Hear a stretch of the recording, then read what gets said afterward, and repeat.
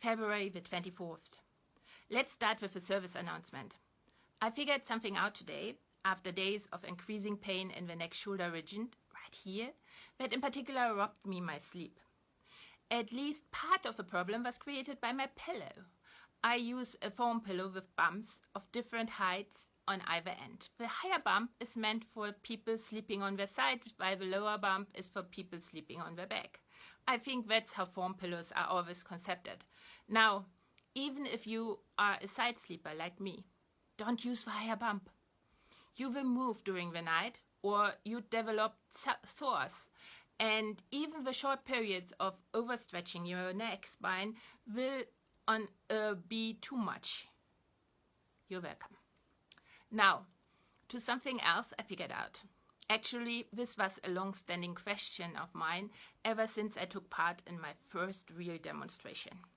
First real demonstration because growing up in East Germany, you couldn't avoid participating in pageant-like political processions. But they were as far away from real demonstrations as East German elections were away from real elections.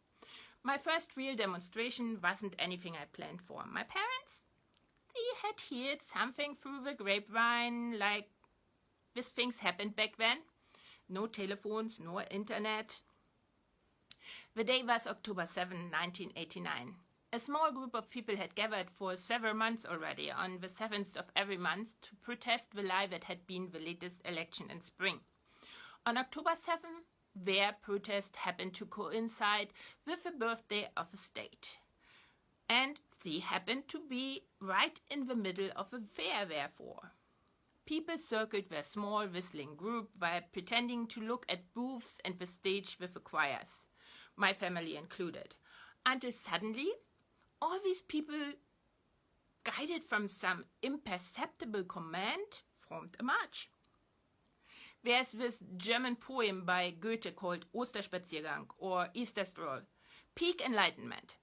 I was reminded of it when we joined and walked to the Palace of the Republic, where the government was partying with international guests, including one, Michael Gorbachev. Police protected the venue. The march collapsed into itself like an accordion, only for the people to turn around and walk into the opposite direction again. Back at the fair, I was approaching an autistic meltdown due to the sensations of all these people around me and the noise and the smells and the whatever, the excitement. So my parents and I left the demonstration and went home. Not much later, Gorbachev's plane took off and the police started to cudgel and arrest the protesters. 2 weeks later, we returned to the place of the violence and confronted the same, this time armed police with nothing but candles in the hand. What shall I say? Things had to change.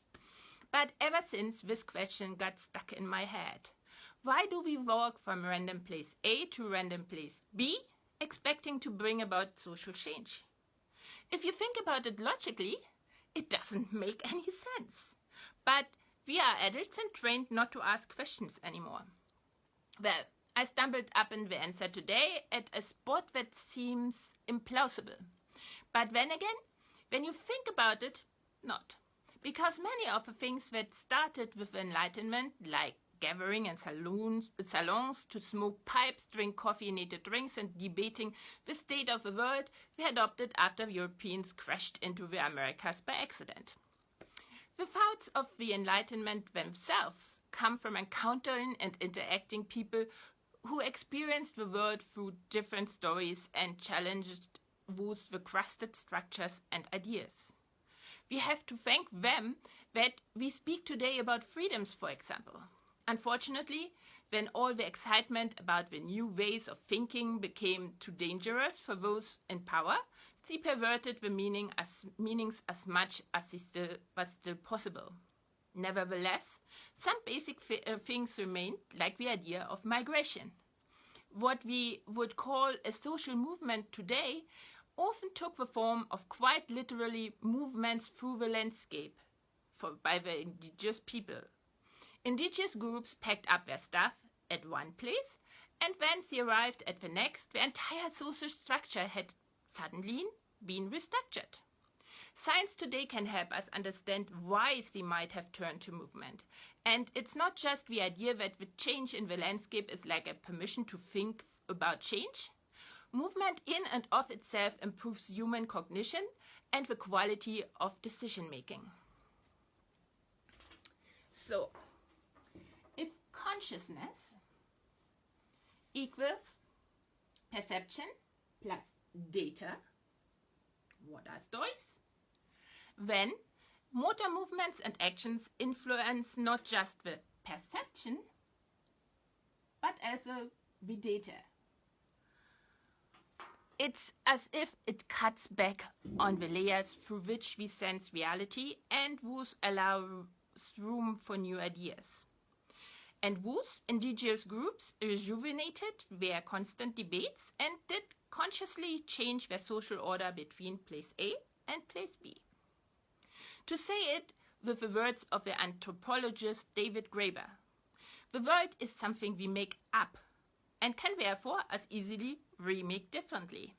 Together as freedoms, and this is something else lost in translation, work not individually but in concert with society.